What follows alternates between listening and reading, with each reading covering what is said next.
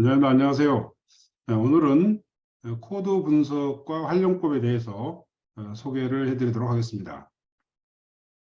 먼저 코드를 사용하는 이유에 대해서 말씀드리도록 하겠습니다. 이 코드는 별다른 것이 아니고요. 영어에서 문장을 연결하는 5가지 방법이 있는데, 예를 들어서 명사절, 형용사절, 부사절 이런 게 있잖아요. 그럼 명사절 같은 경우에는 명사 자리에 들어간 문장이죠. 그런데 이제 그 말이 아이들한테 사용하기가 번거롭잖아요. 명사 자리에 들어간 문장 이렇게. 그래서 이거를 수학으로 말하면 뭐 x제곱 마이너스 2를 t로 치환시키잖아요. 그래서 치환시키는 용어다 이렇게 생각하시면 되겠습니다. 그런데 제가 사용해 보니까 수업을 진행하고 또 공부를 하는데 굉장히 효과적이어서 이 코드를 사용하는 겁니다. 그래서 그 이유에 대해서 먼저 살펴보고, 그다음에 코드를 분석하는, 영어 문장에서 코드를 분석하는 방법, 그 다음에 우리말 문장에서 코드를 분석하는 방법. 우리말 문장에서 코드를 분석하는 방법도 굉장히 중요하겠죠. 영작을 할 수 있어야 되니까요. 그리고 이제 시험 대비에 활용하는 방법, 이렇게 순서대로 진행해 보도록 하겠습니다. 먼저 코드를 사용하면 우리말과 영어가 호환이 가능하고 영작이 가능하다. 저는 이제 그 영작을 할 수 없다는 그 문제에 대해서 주로 연구를 많이 했거든요. 어떻게 하면은 영작을 할 수 있을까? 그리고 왜 영작을 할 수가 없을까? 우리나라 사람들은 이런 것들을 이제 주로 연구해서 그때 이제 제가 생각해낸 것이 이 코드가 되겠습니다. 코드를 사용하면 영어와 우리말의 호환과 영작이 가능하다고 하는데 왜 그럴까요? 지금 영어 문장이 4개 떠 있는데요. 첫 번째 문장을 우리가 보통 설명할 때 명사절이라고 그러죠. 두 번째 문장은 간접 의문문이라고 부릅니다. 세 번째 문장은 투부정사의 명사용법이라고 그러죠. 네 번째 문장은 지금 여기 파랗게 되어 있는 부분을 이야기하는 거예요. 동명사라고 부릅니다. 영어 문장을 공부할 때 뭐 이렇게 해도 아무 상관이 없죠. 그렇죠? 그런데 만약에 우리말로 가보죠. 우리말을 영작하게 할 때 모든 사람들은 말한다. 엘레나가 나를 닮았다고 이렇게 이제 사고를 하게 되는데, 엘레나가 나를 닮았다고. 그럼 이걸 명사절이라고 한다고 가정해보죠. 두 번째 문장에서 중요한 것은 그녀가 어떤 도시로 이사 갔느냐다 했을 때, 그녀가 어떤 도시로 이사 갔느냐. 우리말에서 이걸 간접 의문이라고 부르나요? 그러지 않잖아요. 세 번째, 그는 원한다. 토요일 오후에 친구들과 놀기를. 이걸 우리나라 말에서 투부정사 이렇게 안 부르잖아요. 그리고 투부정사에 상관은 문법 용어가 없죠. 그 다음에 네 번째, 물건을 수집하는 거. 우리말에서 이걸 동명사라고 안 부르죠. 그러니까 이 영어 문장에서의 문법 용어와 우리말 문장에서의 문법 용어가 일치하지 않는 겁니다. 영어에서는 투부정사, 동명사, 간접 의문문인데 우리말에서는 전부 다 뭐예요? 다 명사절이죠. 명사 자리에 들어간 문장이잖아요. 자, 이런 거를 어떻게 일치시킬 거냐 해가지고 제가 이제 만들어낸 용어는, 여기 보면 지금 A라고 써 있는 코드에 되어 있는 이 부분은 전부 다 명사 자리에 들어간 문장이죠. 그것이 평서문이든 의문문이든 미래지향적인 일이든 지금 진행되고 있는 일이든 자, 전부 다 명사 자리에 들어간 문장입니다. 참고로 여기 to하고 ing는 문장을 연결하는 장치라고 그랬죠. 무슨 준동사 이렇게 이해하시면 안 된다고 그랬어요. 그래서 문장을 연결하는 장치이기 때문에 전부 다 문장에 들어간 겁니다. 우리말도 보면 전부 다 문장에 들어가 있죠. 그래서 이거를 명사 자리에 들어간 문장 이렇게 부르면 되겠죠. 그런데 이제 너무 말이 기니까 이거를 아까 말씀드렸듯이 수학처럼 A로 치환을 시키는 겁니다. 자, 이렇게 A로 치환시키면 어때요? 영어 문장에서 자, A 자리에 들어간 문장, 명사 자리에 들어간 문장이 전부 다 A죠. 우리말 문장에서도 전부 다 A죠. 자, 이렇게 우리말과 영어가 호환이 되는 겁니다. 물론 영작을 할 때는 제가 이제 앞에서 다른 강연에서 말씀을 드렸듯이 폴더와 파일이 있잖아요. 어떤 경우에 that을 쓰고 어떤 경우에 WH를 쓰고 to를 쓰고 ing를 쓰느냐, 이 매트릭스가 만들어져 있어야 되겠죠. 자, 그 매트릭스를 이제 적용을 하면 우리말에서도 엘레나가 나를 닮았다. 의견 동사 뒤에니까 나는 that을 쓰겠다. 중요한 것은 그녀가 어떤 도시로 이사 갔느냐. 의문문이니까 나는 WH로 연결하겠다. 그 다음에 토요일 오후에 친구들과 놀기를 원한다. 미래니까 나는 to로 연결하겠다. 물건을 수집하는 것, 취미이기 때문에 반복되는 일이니까 ing로 연결하겠다. 문장을 쓰겠다. 이제 이런 식으로 그 폴더 파일이 돼 있으면 영어와 우리말이 완벽하게 일치한다는 걸 알 수가 있죠. 그래서 저는 이렇게 코드를 쓰는 겁니다. 다시 말해서 문법 용어를 사용하지 않고 코드를 사용하는 거죠. 두 번째, 코드를 사용하면 복잡한 문법 용어가 필요가 없다. 금방 그 문장인데요. 자, 1번 문장 같은 경우는 기존 문법 수업에서 우리가 명사절 이렇게 부르죠. 그렇죠? 그 다음 두 번째는 간접 의문문, 세 번째는 투부정사 명사용법, 네 번째는 동명사. 자, 이렇게 부르는데요. 이거를 전부 다 A로 치환하면 이런 문법을 사용할 필요가 없죠. 문법 용어를. 그러면은 그러면 이 문법 용어를 아이들이 알아야 되지 않나요? 이렇게 물어보는데요. 그거는 전혀 고민할 필요가 없습니다. 왜냐 그러면요. 자, A 코드는 명사절, 명사구를 이야기하는 거잖아요. 그럼 A 코드의 대절이 나오면 뭐라고 부르겠어요? 당연히 명사절이라고 부르겠죠. 그렇죠? 그다음에 A 코드의 WH절이면 당연히 간접 의문이라고 부르겠죠. 그리고 투부정사의 용법 구별을 많이 하는데요. A 코드의 투부정사를 명사용법이라고 그러지 형용사용법을 하겠어요. 그러니까 이런 것은 한 번만 딱 알려주면은 문법 배울 때는 이걸 배워야 되죠. 처음에 배울 때 그 폴더와 파일을 만들 때는 이 용어를 사용해서 배우죠. 그러나 이제 실제 해석을 하거나 영작을 할 때는 그런 용어를 쓸 필요가 없다는 이야기입니다. A 코드에 ing가 나오면 이거를 동명사라고 부르지 누가 분사라고 부르겠어요. 그렇죠? 그렇잖아요. 그러니까 이런 이름은 한 번만 딱 기억되면은 아이들 머릿속에 기억되면은 수업을 할 때 또는 아이들이 실제 공부를 할 때 이런 용어를 전혀 쓸 필요가 없다는 겁니다. 그래서 코드를 사용하면 이런 복잡한 문법 용어가 필요 없다는 것을 알 수가 있습니다. 세 번째, 이것도 굉장히 중요한데요. 코드를 사용하면 학생의 학습 과정을 한눈에 파악할 수 있다. 자, 아이들이 이 문장을 전부 다 A 코드라고 적어서 공부를 했다고 가정해 봅시다. 만약에 이 코드가 없으면요. 학생이 이 문장을 해석을 했어요. 근데 이걸 뭘로 인식하고, 이 대절을 뭘로 인식하고 해석을 했는지 우리가 어떻게 알죠? 학생들한테 물어보는 수밖에 없겠죠. 이게 무슨 절이야? 이렇게 물어봐야 되잖아요. 그리고 학생은 그걸 선생님한테 표현하기 위해서는 이 대절 위에다가 명사절, 대절 이렇게 써야 되겠죠. 두 번째, 위치절은 어떻게 써요? 여기다 간접 의문문 이렇게 써야 되겠죠. 그리고 선생님은 자, 이 의문문이 뭐야? 이렇게 물어봐야 되겠죠. 그리고 이 투부정사가 무슨 용법이야? 이 ing는 뭐야? 이름이 뭐야? 이렇게 물어봐야 되겠죠. 굉장히 수업하는 게 복잡하죠. 그러나 학생이 만약에 여기다가 이와 같이 코드를 표시하면 어때요? 아, 명사절 대절로 인식을 했구나. 간접 의문문을 인식했구나. 그리고 투부정사의 명사형법으로 인식을 했구나. 동명사로 인식을 했구나. 이런 것들을 학생이 무슨 생각을 가지고 이 문장을 지금 해독하고 있는지를 선생님이 한눈에 파악할 수가 있기 때문에 매우 효과적이죠. 그 다음 코드를 사용하면 해석 자동화에 쉽게 도달할 수 있다. 우리가 영어를 공부하는 것은 단락을 이해하기 위해서 공부를 하는 거죠.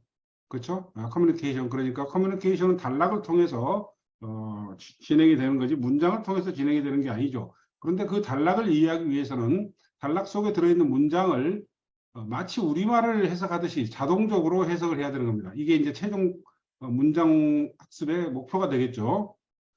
그러면은 이 코드를 사용하면 해석 자동화에 쉽게 도달할 수가 있습니다. 무슨 말이냐 그러면요. 자, 첫 번째 문장을 보면요. 나는 매우 기뻤다. 자, 주절 뒤에 붙어 있으니까 얘는 이 코드예요. 그래서 내가 기회를 갖게 되어서 이게 이 코드라고 판정하면 기회를 갖게 되어서 이렇게 되겠죠. 그 다음에 C 코드로 판정하면 당신의 학생들을 위해서 바이올린을 연주할 수 있는 그러한 기회. 이렇게 해석을 하는 거예요. 그랬을 경우에 이런 방식으로 코드를 가지고 계속 해석 연습을 하게 되면 이 코드를 지워볼게요. 자, 이런 경우에 두 번째 문장을 볼까요? 여기서 이제 to increase를 당연히 코드 C로 판단하겠죠. 식량 공급을 증가시킬 수 있는 하나의 방법은 이렇게 C 코드로 이제 해석을 하는데요. 여기에 C를 쓰나 쓰지 않으나 거의 구별 없이 얘들이 요거를 전부 다 해석할 수가 있는 겁니다. 다시 말해서 자, 이렇게 코드를 간단하게 표시하면서 해석하는 연습을 하는 것은 이 코드를 지워도 똑같이 해석을 할 수가 있다는 이야기죠. 그래서 이걸 해석할 때 우리가 보통 우리말처럼 해석하는데 1번 같은 경우에 보면요. 나는 매우 기뻤다. 순간적으로 이 코드라고 판단해서 기회를 갖게 되어서 그리고 이 to play는 순간적으로 C 코드라고 판단해서 당신의 학생들을 위해서 바이올린을 연주할 기회 이와 같이 해석을 하는 게 해석 자동화라고 부르는 겁니다.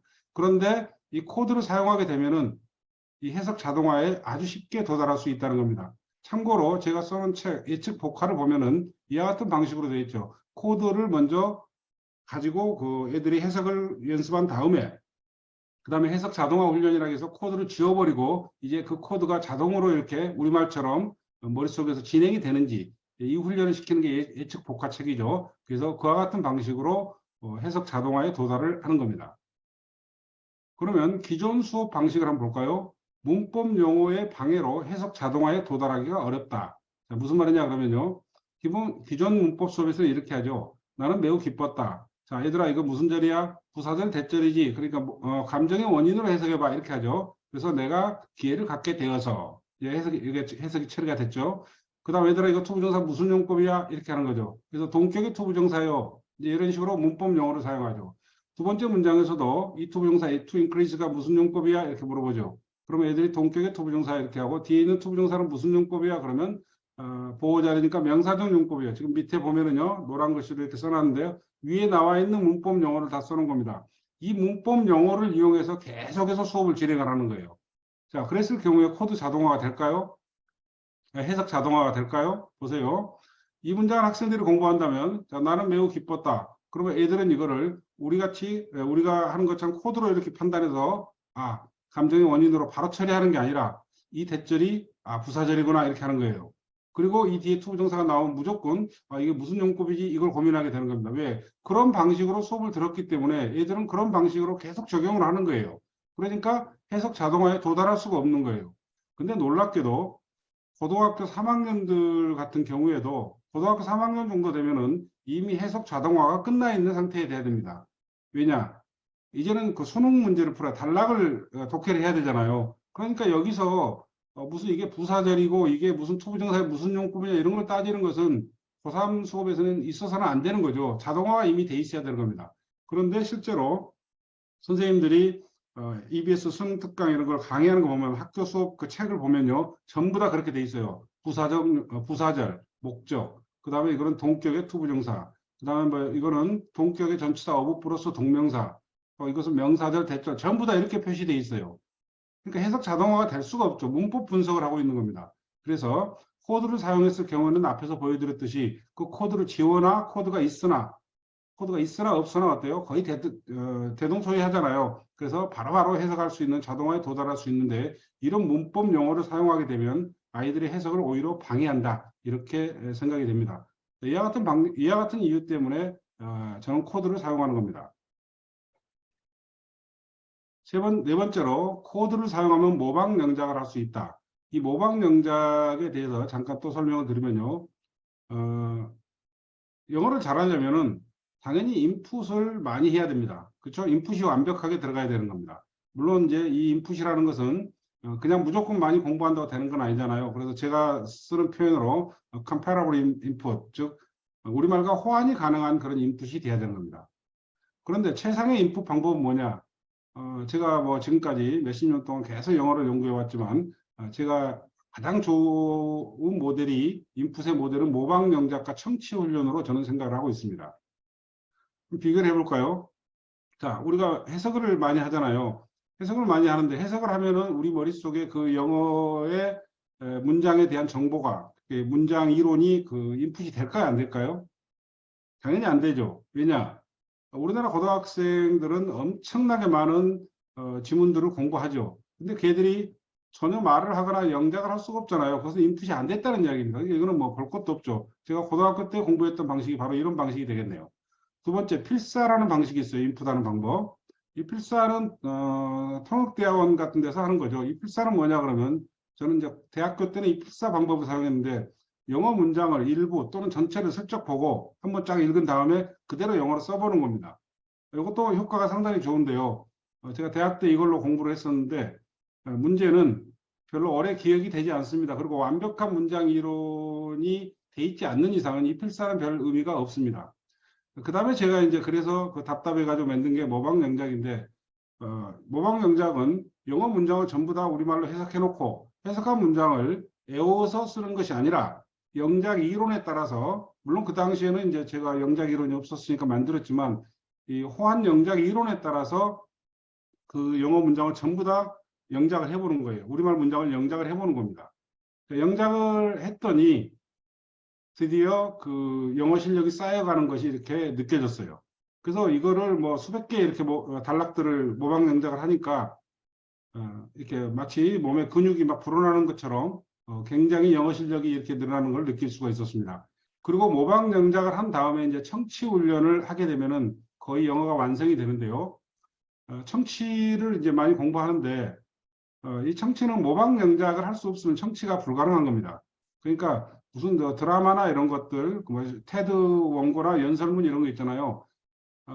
그거를 들으면 대충은 이해할 수는 있죠. 그러나 그것이 인풋이 되려면 그 스크립트를 모방 영작하고 청취를 해야 됩니다. 모방 명작하고 청취라면 모든 청취 말이 발음이 이제 이렇게 이해 안 가는 부분을 제외하고는 우리말처럼 또렷하게 들린다는 것을 알 수가 있어요. 이 청취 훈련은 왜 중요하냐 그러면 청취 훈련을 하면은요, 제가 이제 그 해석을 할 때 모방 명작 단계에서는 코드를 판단하고 토시를 붙여서 애들한테 영어를 이해하라고 그러죠. 그런데 청취를 하게 되면은 토시를 붙일 시간적 여유가 없지요. 계속 말이 나오니까요. 그래서 영어를 영어로 받아들이는 단계에 이릅니다. 그러면 그 독해를 이렇게 문장 해석을 통해서도 이렇게 영어를 영어로 받아들일 수 있지 않느냐? 그런데 이 훈련이 잘 안 됩니다. 왜냐? 우리는 본능적으로 토시를 붙이게 돼 있어요. 그러나 청취 훈련을 하게 되면 영어를 영어로 받아들이는 그런 단계에 이르게 됩니다. 그래서 제가 수업 방식으로 제일 좋다고 이상적인 모델로 생각하는 것은 모방 명작과 청취 훈련이 되겠습니다. 그래서 선생님들도 학원의 커리큘럼을 복잡하게 짜지 마시고요. 문법, 먼저 문법을 공부해야 되겠죠. 우리 베이직이나 어드밴스드, 뭐 서술형 모방 명작 이런 거를 뭐 코드 독해 이런 걸 가지고 폴더와 파일의 매트릭스를 만들어 주는 겁니다. 먼저. 그래서 여기에 만들어지면은 뭐 2개월이나 길게는 한 6개월이면 끝나죠. 그래서 이 문법의 매트리스가 만들어지면 다른 거 시키지 말고요. 전부 다 교과서 모방 영작을 시키세요. 만약에 교과서가 너무 쉽다 그러면은요. 저희 그 예측 복화 있잖아요. 예측 복화를 원화호에서 이따가 이제 보여드리겠지만 출력을 해가지고 모방 영작을 시키세요. 그리고 모방 영작이 유닛 단위로 끝나면은 청취 훈련을 시키세요. 이거를 예를 들어서 그 우리 예측 복화 2권 정도만 시켜도 두 권 정도만 시켜도 아이들이 거의 영작을 자유자재로합니다. 그런데 이제 선생님들은 내신이 있잖아요. 그래서 이제 이 문법 매트릭스를 만든 다음에 모방 영작을 교과서로 시켜주면 좋겠죠. 그러면 시험 때부터 자동으로 되니까요. 참고로 제가 이 앞전 설명회에서 우리 학원생들이 전부 다 교과서 모방 영작을 2월 달부터 시작했다고 그랬죠. 그래서 이 앞전 주 일요일 날 이제 강의가 있었는데 그때 확인해 보니까 빠른 애들은 교과서 한 권이 지금 자기가 지금 3월 달부터 학교에서 배워야 될 교과서 한 권을 전부 다 모방작을 다 했고요. 대부분 지금 6과 정도를 진행하고 있어요. 8과 6과 있잖아요. 근데 다음 주까지 전부 다 끝내오라겠는데 한 달이니까 어때요? 한 달이니까 교과서 한 권을 전부 다 해석하고 영작을 하잖아요. 그렇죠? 그래서 이 모방 영작을 계속 시키는 겁니다. 아이들한테 저는 모방 영작을 시킬 때 이건 시험 대비다 이렇게 절대 시키지 않습니다. 시험 대비가 아니라 영어를 마스터하는 방법 이 방법밖에 없어. 모방 영작을 많이 하면 무조건 영어가 되는 거야. 이렇게 해가지고 모방 영작을 시키고 집에서는 청취 훈련을 시킵니다. 그리고 이제 학교를 이제 지금 다니기 시작했잖아요. 계약을 했잖아요. 그럼 학교에 부교재가 있겠죠. 부교재 모든 지문을 전부 다 모방 영작을 시킵니다. 그리고 이제 3월 23일 날 모의고사가 끝나잖아요. 모의고사 전 지문을 모방작을 시키는 거예요. 이거는 시험 대비를 위해서가 아니라 영어를 공부하는 방법은 이 방법밖에 없기 때문에 모방 영작을 시키는 겁니다. 그럼 시험 대비는 자동으로 되겠죠. 그래서 모방 영작을 할 때는 이와 같이 우리말 영어 문장에서 코드를 분석하고 그 다음에 우리말 문장에서 이렇게 코드를 분석해서 똑같이 이제 호환을 시키면서 영작을 하는 거죠. 이 부분에 대해서는 뒤에서 좀 더 자세히 설명을 드릴게요. 그러면 자 지금까지는 이제 코드를 왜 사용해야 되느냐 요 말씀을 드렸는데요. 그러면 이제 코드 판단하는 방법과 해석 요령에 대해서 선생님들이 이제 아이들한테 어떻게 지도해야 되는지 알려드리도록 하겠습니다. 이 표는 많이 보셨죠? 자 문장의 매트릭스를 만들 때 이제 쓰는 건데 문장을 연결하는 방법이 모두 5가지가 있다. 그래서 5가지 코드가 나오겠죠. 그리고 연결 장치는 DWH2ING 4가지가 있겠죠. 자, 그러면 이와 같은 문법의 매트릭스가 만들어지겠죠. 그래서 이 폴더 부분이 코드가 되겠습니다. 폴더 부분. 그리고 그 폴더 속에 들어가면 연결 장치들이 등장하겠죠. 이 파일이 되겠죠. 그래서 어떤 경우에 DWH2ING를 쓰는지를 알려주면 됩니다. 그러니까 경우의 수가 20가지잖아요. 여기에 변형 이론 12가지를 플러스 시키면 32가지 정도만 개념을 잡아주면 됩니다. 그리고 32가지도 굉장히 복잡해 보이죠. 그러나 그렇지 않습니다. 왜냐? 명사절을 공부한다 그러면 명사절 DWH2ING의 위치가 똑같죠. 그렇죠. 그리고 어떤 경우에 대시냐, 투냐, ing냐, 평소문일 경우에, 그리고 어떤 경우에는 WH를 쓰느냐, 그리고 어떤 경우에 변형이 일어나느냐, 이런 식으로 정리하기 때문에 실제로는 영리한 아이들은 딱 한 달이면 끝납니다. 그래서 이 매트릭스가 완성이 돼야 코드 분석과 코드 분석을 통해서 이렇게 우리말과 영어의 코드 분석을 동시에 할 수 있고 영작을 할 수가 있는 겁니다. 그러면 코드 판단과 해석 요령. 코드 판단은 영어를 이제 먼저 말씀드릴게요. 연결되는 문장의 위치로 판단하는 거 다 아시죠? 그리고 해석은 코드에 따라서 그 동사에 알맞은 토시를 붙여준다. 자, 그럼 A 코드의 판단과 해석에 대해서 공부해 보도록 하겠습니다. 자, 박스 속에 있는 내용을 아이들한테 알려주면 돼요. 동사 앞뒤 또는 전치사 뒤에가 문장 연결 장치가 등장하면 코드 A다. 그렇죠? 명사 자리에 들어간 문장이다 이런 뜻이에요. 코드 A다. 자, 동사 앞뒤. 그리고 동사 앞은 주어가 되겠고, 동사 뒤, 비동사 뒤는 보어가 되겠고, 의미동사 뒤는 목적어가 되겠죠. 그리고 전치사 뒤는 전치사의 목적어죠. 그런 문법 용어를 사용하시지 마시고, 동사 앞뒤, 전치사 뒤에 문장이 연결장치가 등장하면 A 코드다. 그러면 자, 그 자리에 명사 자리, 주어, 보어, 목적어가 되겠죠. 여기에 알맞는 토시를 붙여라. 이렇게 알려주면 됩니다. A 코드에 사용되는 문법 용어들을 지금 적어놨는데요. 어때요? 우리가 보통 수업 시간에 쓰는 용어들이죠. 이런 용어들은 아까 그 문법의 매트릭스를 만들 때는 이 용어들을 사용합니다. 아시겠죠? 이 용어들을 사용해서 학교에서도 이 용어를 쓰니까요. 이렇게 설명하되 이제 그 문법 매트릭스 완성된 다음에는 이런 문법 용어를 절대 사용하지 말고 코드 A로 해가지고 자리에 알맞는 토시를 붙이라고 애들한테 알려주면 되겠습니다. 한번 해볼까요? 자, 여기 보니까 이 대절이 지금 동사 say라는 동사 뒤에 있죠. 그럼 동사 뒤에 있을 때는요, 우리가 이제 그 주어 동사 뭐 이렇게 그 제가 의미 동사 문장의 공식을 두 개, 그 문장의 그 뭐야 핵심어 파악 공식 두 개를 만들어 놨잖아요. 비동사 문장일 때는 주어가 뭔지 어떤지 어디에 있는지 그리고 의미 동사 뒤에서는 뭘이 필요한지 안 필요한지만 따지면 됩니다. 자, 모두가 말한다. 뭘 필요하죠? 바로 이 대절은 뭐예요? 코드 A가 된다. 동사 뒤에 있으니까 코드 A 목적어란 이야기죠. 그러면 이제 해석을 할 때 애들한테 동사에 알맞은 룩스에다가 알맞은 토시를 붙이면 되겠죠. 목적어에 알맞는 토시는 뭐겠어요? 모두가 말한다. 엘레나가 나처럼 보인다고, 나를 닮았다고, 뭐뭐 한다고 이렇게 붙이라고 이제 애들한테 알려주면 되겠습니다. 두 번째 문장은 비동사 뒤에 있죠. 그럼 무조건 보호입니다. 비동사 뒤에 문장 연결 장치가 나오면 100% 보호가 되겠어요. 물론 부사절에 because, as if, like, as though 이와 같은 접속사도 쓸 수가 있습니다. 그러나 그걸 네 가지 경우를 제외하고는 전부 다 비동사 뒤에는 보호다, 이렇게 명사절이다 이렇게 판단하면 되겠죠. 또는 이렇게 해도 됩니다. 중요한 게 뭐지? 이렇게 주어가 뭔지를 말하는 거죠. 그래서 A다. 그러면 이제 A에 알맞는 토시를 붙이면 move 뒤에다가 알맞는 토시를 붙여줘야 되겠죠. 그녀가 어떤 도시로 이사 갔느냐 이다. 이와 같은 토시를 붙이는 훈련을 시켜주면 되겠습니다. 그 다음에 세 번째 문장도 동사 뒤에 to가 연결장치, to가 나왔으니까 무조건 그는 원한다. 뭘이 필요하니까 목적어니까 A 이렇게 쓰고 해석하고 그 다음에 비동사 뒤에가 ing가 나왔는데요. 자, 가장 인기 있는 취미 중에 하나는 뭐냐 그랬으니까 A가 되겠죠. 이와 같이 동사 앞뒤에 붙어 있을 경우에는 코드 A다. 그리고 해석은 그 동사에 알맞는 토시를 붙여라. 이렇게 알려주면 되겠습니다. 물론 어려운 경우도 있죠. 자, 5번 문장 같은 경우는 우리가 흔히 오형식 문장이라고 부르는 거죠. 자, 그러면 여기서 이 to 앞에서 끊으면 안 되죠. 왜 그러냐면 나는 내 형을 또는 나는 내 동생을 예상한다.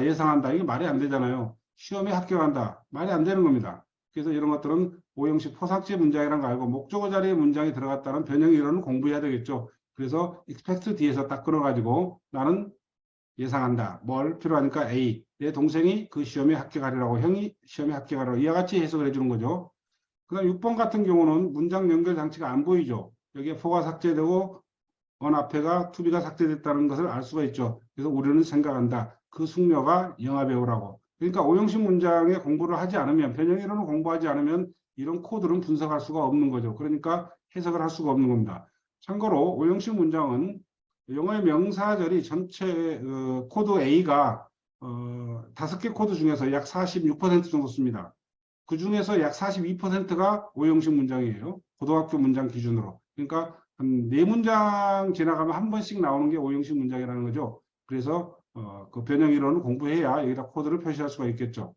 그다음 7번 같은 경우는 WH절이 동사 앞에 있으니까 무조건 A가 되겠죠. 물론 이거는 융합 명사절인데 해석하는 요령을 변형 이론에서 배워야 되겠죠.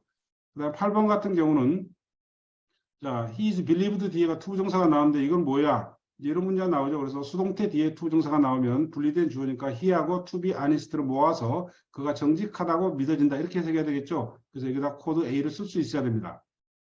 그 다음에 10개의 자동사가 있죠. seem, appear, happen, chance, prove, turn out, be likely, be unlikely, 빗살은 be sure. 이와 같은 10개 동사구는 주어를 분리시킬 수가 있기 때문에 이런 동사 뒤에 투부정사가 나오면 이게 보호라고 선생님들이 보통 설명하잖아요. 이게 보호가 아니죠. 그가 부자인 것처럼 보인다 이렇게 되잖아요. 분리된 주어가 됩니다. 그래서 A가 되는 거예요. 이게 to be rich가 보호가 된다고 해서 어떤 선생님은 명사용법, 어떤 선생님은 뭐 형용사용법, 그죠? 뭐 둘 다 볼 수 있다. 뭐 이상한 이야기들을 많이 하는데 전부 다 이거는 분리된 주어이기 때문에 A라고 이렇게 쓸 수 있어야 됩니다. 10번도 마찬가지로 목적어 상승 문장이죠. 자, 그래서 코드 A를 이와 같이 연결된 문장의 위치를 보고 판단하되 변형 이론을 좀 더 주의 깊게 공부하면 되겠죠. 그럼 B코드는 뭐냐? 이 B코드라는 것은 정확하게 이야기하면 명사를 수식하는 문장 이런 뜻입니다. 명사를 수식하는 문장. 근데 너무 기니까 B코드라고 이렇게 줄여서 치환시켜서 말을 하는 겁니다. 구별하는 방법은 영어에서는 수식어가 명사 뒤에 오죠. 그래서 명사 뒤에 있는 문장인데 갭이 있다. 자, 이 갭이 뭔지 알죠? 그 명사가 들어갈 자리를 이야기하는 겁니다. 그러면 B코드로 판정해 주면 되겠습니다. 그럼 해석할 때는 어떻게 하느냐? 명사를 꾸미는 토시로 붙여라. 애들한테 이렇게 알려주면 되겠죠. B코드의 예시를 보면 자, 지금 밑에 있는 이런 용어를 우리가 사용하게 됩니다. 물론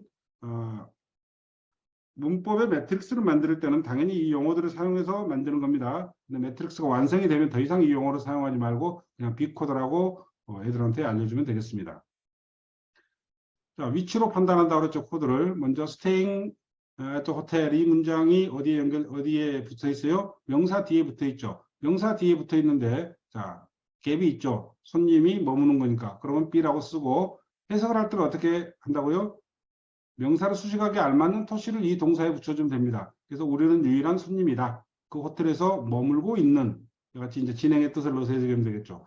두 번째도 마찬가지로 명사 뒤에 있는데요. 자, 이세 목적어가 없다는 거 알 수가 있죠. 갭이 있으니까요. 저녁에 먹을 음식. 물론 to는 미래지향적인 일이니까 그와 같은 토시를 붙여주면 되겠죠. 3번도 명사 뒤에가 대절이 등장했죠. 그런데 이 대설 손가락으로 가려보면 어때요? 주어가 없죠. 이 대시 주어 자리를 메꾸고 있다는 걸 알 수가 있죠. 갭이 있으니까 B다.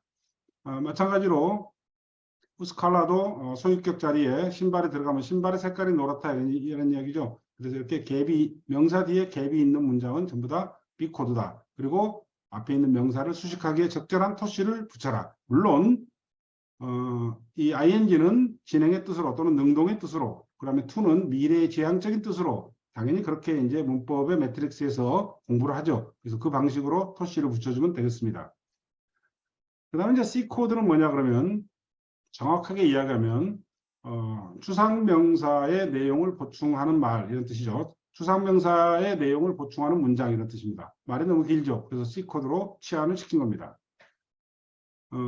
참고로 자, 여기 지금 B코드에 나오는 명사들 한번 볼까요? guest, food, man, shoes, park, 그 다음에 boy. 전부 다 추상명사가 아니죠. 추상명사 뒤에 이와 같은 문장 연결 장치가 나오면 100% 갭이, 보통 명사 뒤에, 추상명사가 아닌 구체적인 명사 뒤에 이와 같이 문장 연결 장치가 등장하면 100% 갭이 있습니다. 그러니까 얘들한테 추상명사가 아니고 그 다음에 그 뒤에 문장이 붙어 있으면 전부 다 B코드다 이렇게 알려주면 되겠습니다.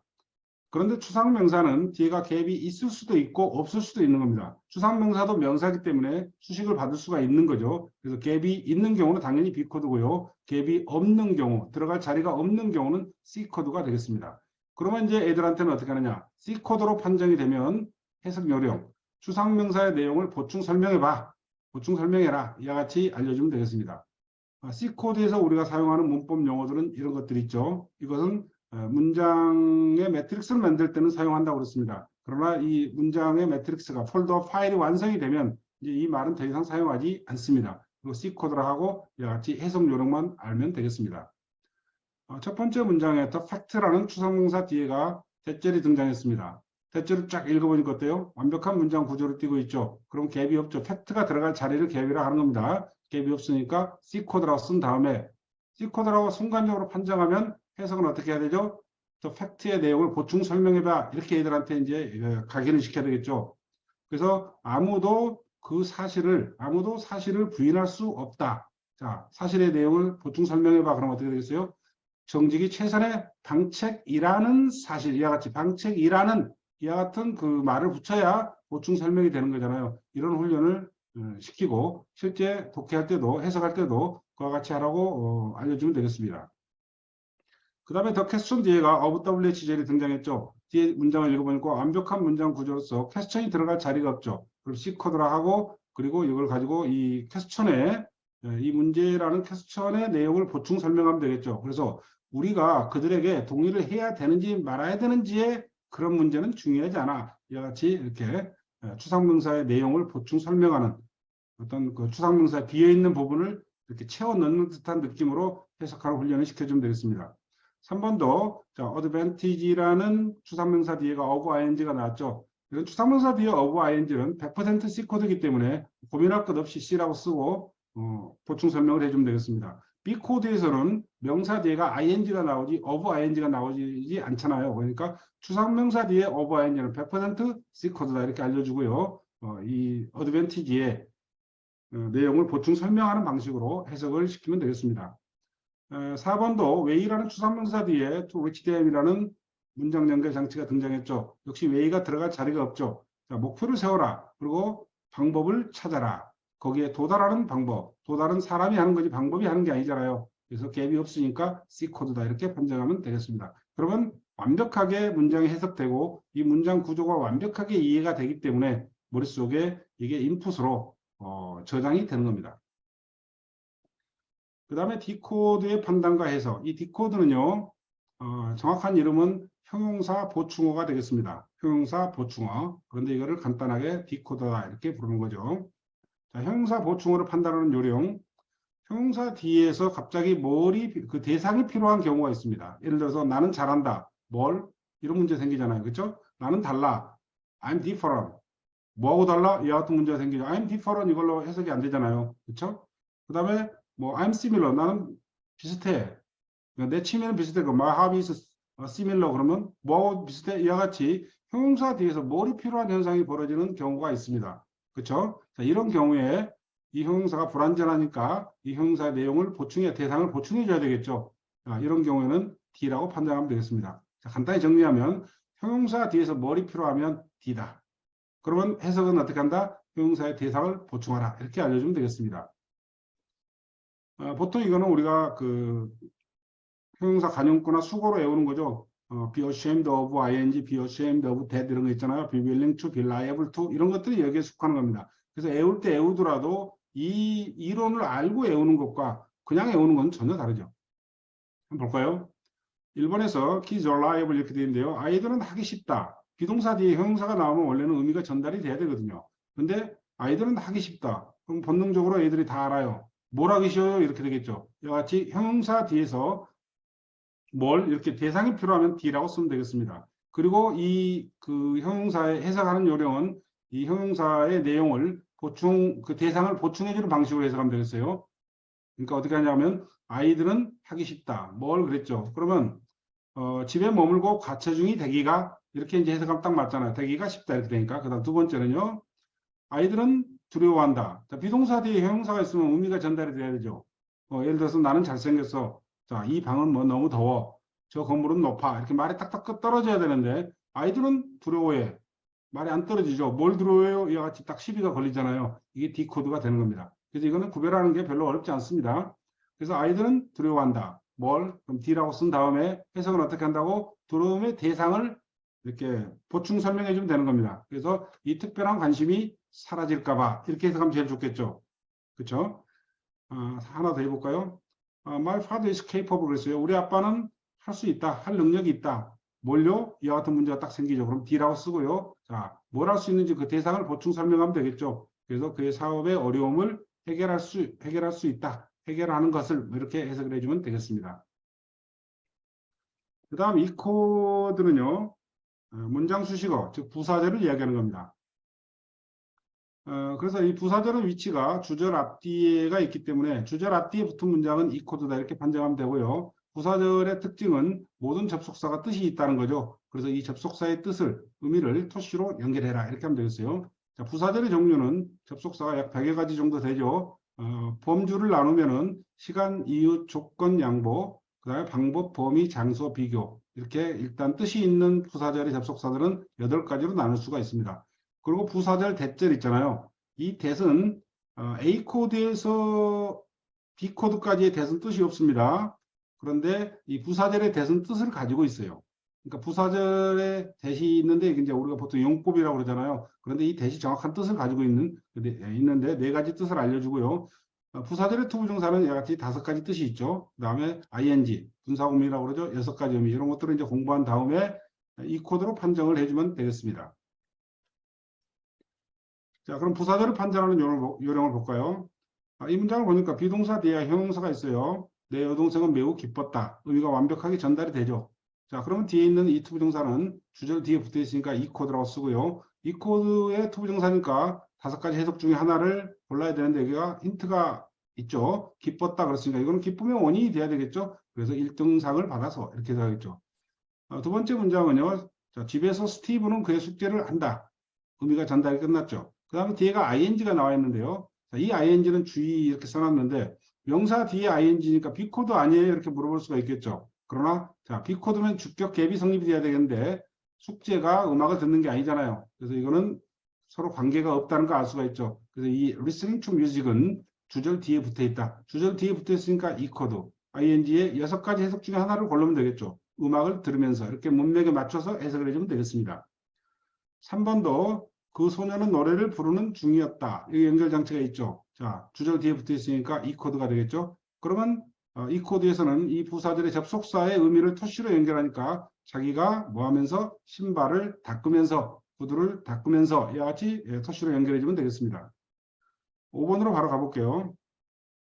자, 5번은 연결장치가 앞에 있죠. 그래서 while waiting for a taxi 이렇게 되는데요. 위치를 보니까 주절 앞에 있죠. 그렇죠? 주어보다 앞에 있으니까. 주절 앞에는 보통 컴마로 분리되기 때문에 구별이 쉽죠. 그래서 주절 앞에 있으면 무조건 코드 2다 이렇게 써주면 되겠죠. 물론 이건 생략 부사절이죠.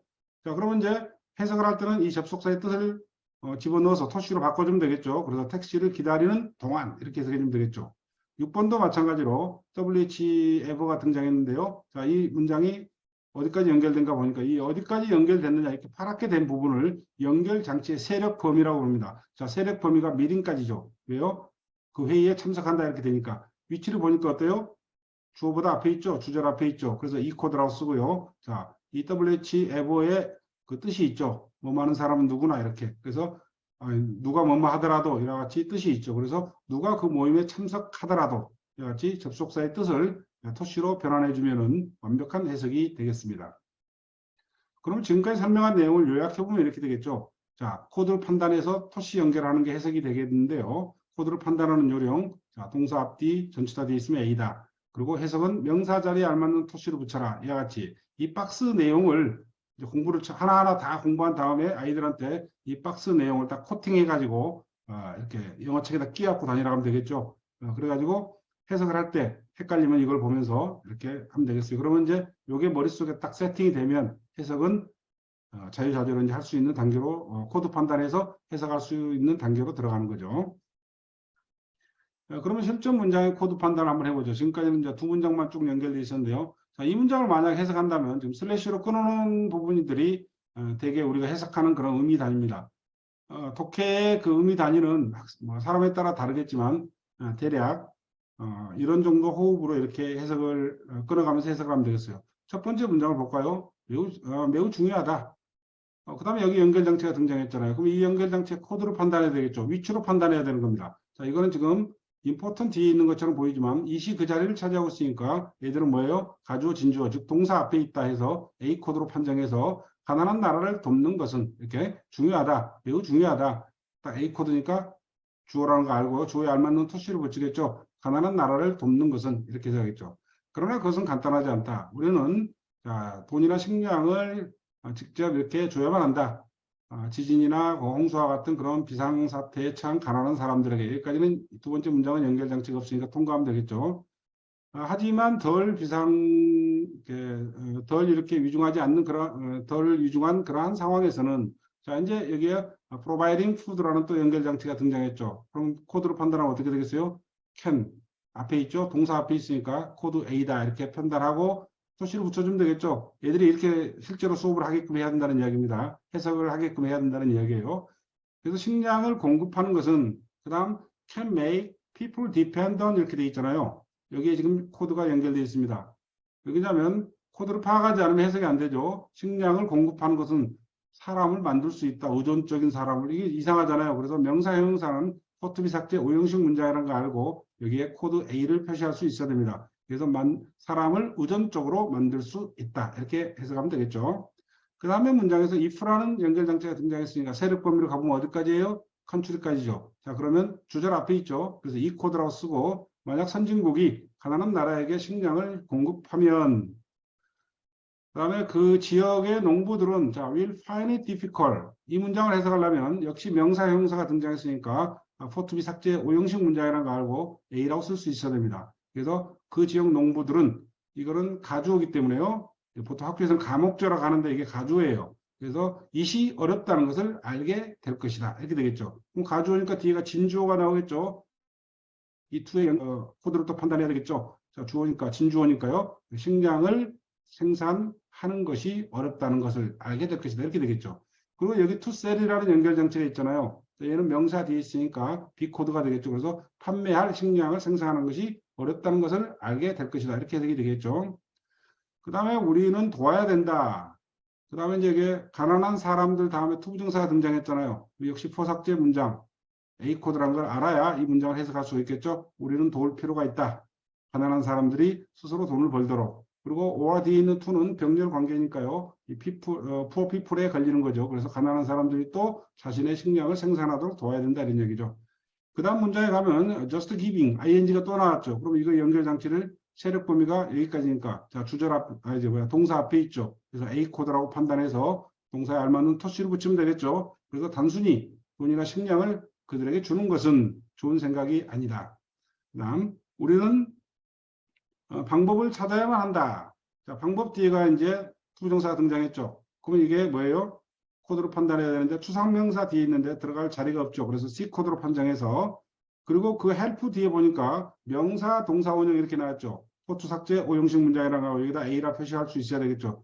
그래서 자 그들이 자 서도록 도울 수 있는 그런 방법을 찾아야 된다. 자기 발로 독립하도록 자립적으로 살 수 있도록 도울 수 있는 방법을 찾아야 된다. 이와 같이 이제 하나의 단락을 해석할 때 연결 장치가 나오면 그 위치에 따라서 코드 A, B, C, D를 표시하면서 그때마다 그 해석하는 토시를 붙이는 요령 있잖아요. 그걸 붙여서 아이들이 훈련하게끔 해야 되는 겁니다. 이런 과정을 좀 상세히 보시려면 우리 예측 복화라는 책 있잖아요. 그 예측 복화에 보면은 코드를 쓰게 하고 토시를 붙이게 하고 그다음 코드를 주고 토시는 안 주고 해석을 하는 요령. 그리고 마지막으로 이 코드를 싹 없애버린 다음에 그 해석 자동화 훈련을 하는 요령 이렇게 돼 있잖아요. 그래서 그 예측 복화 책이 단어 학습이나 해석 학습, 그 다음에 해석 자동화 훈련, 이런 문법 학습, 해석 자동화 훈련 이 세 가지를 동시에 통달하도록 만들어낸 책이기 때문에 제가 가장 좀 좋은 책이다 이렇게 그 평가를 하고 있는 책입니다. 여기서부터는 이제 상당히 중요한 건데요. 우리말 문장의 코드 분석 방법. 우리말 문장의 코드를 분석하면 영작이 가능하겠죠. 이 영작 방법입니다. 이 부분을 좀 선생님들이 주의 깊게 청취하시고 또 이렇게 동영상을 공유해 드리면 반복해서 청취하시면서 아이들한테 수업을 할 수 있으면 좋겠습니다. 먼저 우리말 문장의 코드를 분석할 때는 두 가지 그 핵심어 파악 공식이라는 거 있죠. 제가 만든 거. 자, 모든 문장을 해석하거나 그 다음에 영작할 때는 이 두 가지 공식밖에 쓰지 않습니다. 자, 비동사 문장은 주어가 뭔지 어떤지 어디에 있는지를 말할 때 쓰는 거죠. 비동사가 아닌 모든 의미동사는 주어 동사 뭘 이 두 가지 공식으로 모든 문장의 코드를 판단하고 영작을 하고 해석도 하는 겁니다. 참고로 아이들한테 알려줄 것은 우리말과 영어가 좀 다른 점. 자, 수식어하고 보충어는 후치시킨다. 명사 수식어는 명사 뒤에다 쓰고 명사 보충어도 명사 뒤에다 쓴다는 이야기입니다. 그리고 형용사 보충어도 형용사 뒤에 쓴다. 우리말과 어순이 다르니까 이것만 알려주면 되겠습니다. 영어와 우리말의 차이는 두 가지밖에 없습니다. 영어는 주어 동사를 먼저 쓴다는 거, 그리고 수식어 보충어는 후치시킨다. 이 외에는 우리말과 영어가 완벽하게 똑같습니다. 그러니까 무슨 영작을 못하는데 영어와 우리말이 너무나 차이가 많아서 영작을 못해. 이거는 전부 다 핑계입니다. 영어와 우리말의 차이는 두 가지밖에 없어요. 물론 알파벳 차이도 있지만 주어 동사를 먼저 쓴다는 거 영어는. 그리고 수식어 보충어가 뒤에 간다는 거. 아시겠죠? 그 다음에 이제 부사절은 주절 앞뒤에 쓴다. 이 정도로 알려주면 되겠습니다. 그러면 영작을 할 때 세 단계로 이제 보여드릴 텐데요. 먼저 아이들한테 이 명사의 확장 세 가지를 알려줘야 됩니다. 명사의 확장 세 가지. 영어에서 명사는 모든 품사 중에서 8품사 중에서 약 80% 정도 사용됩니다. 그러니까 한 페이지에 단어가 많이 있잖아요. 한번 올라가서 쉬어보세요. 그러면 명사가 80%입니다. 그럼 문장이 길어진다는 것은 결국은 이 명사가 길어진다는 거예요. 따라서 여기 지금 밑에 있는 이 명사의 확장, ABC 코드 있잖아요. 명사가 문장이 확장되면 80%는 바로 명사가 확장된다는 뜻이니까 이 ABC 코드가 80%를 차지한다는 이야기입니다. 그 중에서도 압도적으로 A 코드가 많이 쓰이죠. 이건 굉장히 중요한 겁니다. 영어 공부의 핵심이에요. 그러면 이제 우리말을 봤을 때 명사의 확장세가 첫 번째, 핵심 명사가 없는 경우와 2번, 3번은 핵심 명사가 있는 경우가 있죠. 그러니까 명사 자리니까 진짜 거기에 명사가 있는 경우가 있죠. 그게 2번, 3번입니다. 근데 명사가 없이 명사 자리에 이렇게 어떤 문장이 들어가서 길어지는 경우도 있잖아요. 그래서 이 1, 2, 3번을 구별할 수 있어야 되는 겁니다. 핵심 명사가 없으면 물론 뒤에서 예를 보여드리겠습니다. 이게 명사 자리에 문장이 통째로 들어갔기 때문에 핵심 명사가 없는 거죠. 이거를 명사절 또는 명사구라고 부르는 거죠. 그래서 우리는 우리말에다 A 코드라고 표시하면 되겠습니다.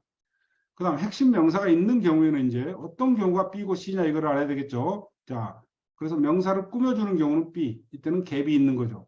그 다음에 추상명사의 내용을 보충하는 경우는 C, 이때는 갭이 없는 거죠. 이렇게 구별하면 되겠습니다.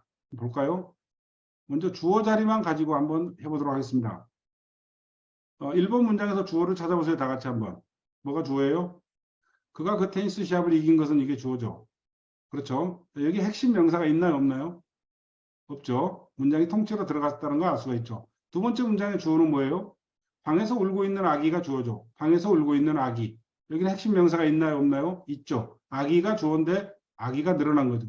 3번 운동을 시작하려는 동기는 이게 주어죠.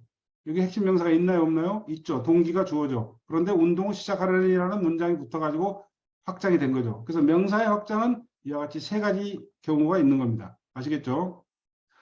자, 그래서 주어를 찾아보면 이렇게 되겠네요. 파란 글씨로 되어 있는 부분이 주어가 되겠습니다.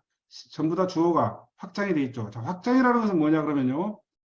주어는 명사 자리이기 때문에 명사 하나만 있어야 되죠. 아기, 동기, 뭐 그 책 이렇게 딱 하나만 있어야 되는데 한 단어가 아니면 전부 다 뭐예요? 확장이 되겠죠. 그렇죠? 그런데 이제 1번 같은 경우는 어때요? 핵심 명사가 없잖아요. 그래서 통째로 주어고 그 다음에 2번 같은 경우는 핵심 명사 아기가 있잖아요. 그래서 방에서 울고 있는이라는 수식어가 붙어 있는 거고 자, 3번도 핵심 명사 동기가 있는데 운동을 시작하라는 문장이 또 붙어 있죠. 자, 이거를 어떻게 분석하는가 볼까요? 1번은 문장이 통째로 들어갔죠. 핵심 명사가 없으면서 A 코드가 되겠습니다. 명사절이라고 부르면 되겠죠. 2번은 자, 주어가 방에서 울고 있는 아기인데 아기라는 핵심 명사가 있고 방에서 울고 있는이라는 이 문장이 아기를 꾸며주고 있다는 걸 알 수가 있죠. 이때 이 아기가 들어갈 자리가 있죠. 아기가 우는 거잖아요. 이걸 갭이라고 부르는 겁니다. 우리말과 영어가 똑같아요.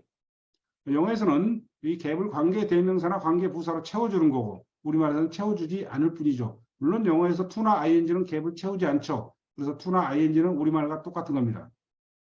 앞에서도 말씀드렸듯이 아기는 추상명사가 아니죠. 그래서 우리말에서 추상명사가 아닌 명사를 문장에 꾸면 100% 갭이 있습니다. 그래 무조건 B라고 쓰면 되겠어요. 그 다음에 운동을 시작하려는 동기였는데요. 동기가 들어갈 자리가 없죠. 자, 사람이 운동을 시작하지 동기가 시작하는 건 아니잖아요. 그래서 이거는 C 코드가 되는 겁니다. 아시겠죠? 그러니까 이게 핵심 명사가 있을 경우에 갭이 있으면 B 코드, 갭이 없으면 C 코드가 되겠죠. 그래서 이제 이거를 영어로 쓸 때는 우리가 그 문법의 매트릭스에서 배웠던 어떤 경우에 TWH2ING를 쓰느냐 이걸 가지고 이제 쓰면 되겠죠. 그래서 지금 첫 번째 같은 경우는요. 자, 이거는 놀랍다. 구체적인 사실이니까 대수로 쓰겠다. 두 번째 문장은 방에서 울고 있는 아기 진행이니까 주격 갭이 성립되니까 나는 ing로 쓰겠다. 그래서 아기를 먼저 쓰고 crying in the room을 뒤에다 쓰면 되겠죠. 물론 관계대명사로도 쓸 수가 있겠죠. 세 번째는 운동을 시작하려는 동기는 아직 시작 안 했죠. 그래서 to로 연결하겠다. 이런 식으로 이 코드가 분석이 되면 그 이제 영어 문법에서 공부했던 파일을 가지고 와서 영작을 하게 되는 겁니다. 이번에는 보호의 확장을 한번 볼까요? 보호는 주어가 뭔지를 말할 때 이 뭔지에 해당하는 말입니다. 자, 1번에서 보호를 찾아보세요. 내 꿈이 주어죠. 항상 주어 동사를 찾아가는데 내 꿈은 보호가 뭐예요? 유명한 작가가 되는 것이죠. 자, 유명한 작가가 되는 것. 명사가 들어있나요? 안 들어있나요? 들어있지 않죠. 문장이 통째로 들어갔다는 걸 알 수가 있죠. 2번에서는 보는 거예요. 수자는 10년 전에 파리에서 살았던 여자다. 자, 10년 전에 파리에서 살았던 여자. 주어가 뭔지를 말하니까 수자이 뭐예요? 10년 전에 파리에서 살았던 여자죠. 그래서 이게 보호란 걸 알 수가 있죠. 확장이 돼 있죠. 한 단어가 아니니까. 그런데 핵심 명사의 여자가 있죠. 3번은요. 이것이 그가 정직하지 않다는 증거다. 이것이 뭐예요? 그가 정직하지 않다는 증거. 자, 주어 동사 주어가 뭔지를 가지고 지금 계속해서 문장의 핵심으로 파악하고 있죠. 그런데 그가 정직하지 않다는 증거, 핵심 명사 증거가 있죠. 그렇죠? 명사가 확장됐다는 걸 알 수가 있습니다. 그러면 확장된 부분을 표시하면 이렇게 되잖아요. 뭐 어떤 차이가 있을까요? 자, 1번은 유명한 작가가 되는 것. 명사가 들어있지 않죠. 언어학에서는 이걸 헤드라고 그러죠. 핵 명사구 이렇게. 2번, 3번은 핵 명사구 이렇게 부르고요. 자, 위에는 1번은 핵이 없다 이렇게 표현하죠. 근데 이제 우리는 말을 쉽게 하기 위해서 자, 핵심 명사가 없죠. 그래서 A 코드가 되겠습니다. 자, 2번은 핵 명사가 있죠. 여자. 그렇죠? 여자는 추상명사가 아니니까 100% 이런 경우는 갭이 있는 겁니다. 주격이죠. 그래서 주격 관계대명사로 문장을 쓰게 되는 겁니다. 3번은 증거가 들어갈 자리가 없죠. 그는 정직하지 않다. 완벽한 문장 구조잖아요. 그렇죠? 증거가 들어갈 자리가 없으니까 C 코드가 되겠습니다. 자, 이런 걸 보면 어때요? 영어와 우리말이 완벽하게 똑같다는 것을 알 수가 있죠. 차이점은 쓸 때 여자를 먼저 쓰고 그죠? 10년 전에 파리에서 살았던 이걸 뒤에다 쓰고 갭을 채워주는 거. 이 차이밖에 없는 겁니다. 그리고 증거를 먼저 쓰고 그가 정직하지 않다. 대절을 뒤에다 쓰는 거. 이 차이 외에는 완벽하게 영어와 우리말이 똑같다는 걸 알 수가 있죠. 이번에는 목적어 확장을 한번 볼까요? 이 영작은 중요하기 때문에 좀 예문을 많이 만들어 놨습니다. 목적어는 주어 동사 뭘 했을 때 뭘에 해당하는 말이죠. 자, 영어 문장을 쓸 때는 영작을 할 때는 무조건 주어 동사 뭘 또는 주어가 뭔지 이 두 가지 공식으로 쓰는 겁니다. 자, 주어 동사를 찾아보세요. 나는 모른다. 뭘 몰라요? 누가 창문을 깼는지. 목적어가 확장됐다는 걸 알 수가 있죠. 두 번째, 자, 나는 없다. 나는 가지고 있지 않다. 이런 뜻이죠. 뭘? 날 이해해줄 친구를. 그죠? 3번은 나는 들었다. 뭘? 탐이 메리를 사랑한다는 소식을. 자, 이렇게 주어 동사 목적어를 파악할 수가 있죠. 참고로 뭐 이름식 문장 같은 경우는 정말 별로 쓰지 않죠. 동사가 몇 개 안 되잖아요. 그리고 이제 가끔 수요 동사 문장이 있죠. 그래서 나머지는 전부 다 이 형식 아니면 3형식 문장이 되는 겁니다. 그래서 사람이 말을 할 때는 세 마디를 하는 겁니다. 지금 보세요. 나는 탐이 메리를 사랑한다는 소식을 들었다. 말이 복잡해 보이죠? 근데 주어 동사 뭘 해보세요. 나는 들었다. 뭘? 탐이 메리를 사랑한다는 소식을 딱 세 마디 하는 겁니다. 아시겠죠? 그래서 그 핵심되는 세 마디를 파악하는 것. 이것이 영작의 원리다. 이렇게 생각하면 되겠어요. 그럼 확장된 부분을 이렇게 표시했는데요. 어떤 차이점이 있나요? 자, 나는 모른다. 뭘? 누가 창문을 깼는지. 자, 핵심 명사가 없죠. 그러니까 A 코드가 되겠습니다. 그럼 이걸 영어로 쓸 때는 누가 창문을 깼는지. 의문문의 내용이니까 WH who를 이용해서 문장을 연결하겠다. 그래서 쓰면 되겠죠. 간단하죠. 그 다음, 자, 나는 없다.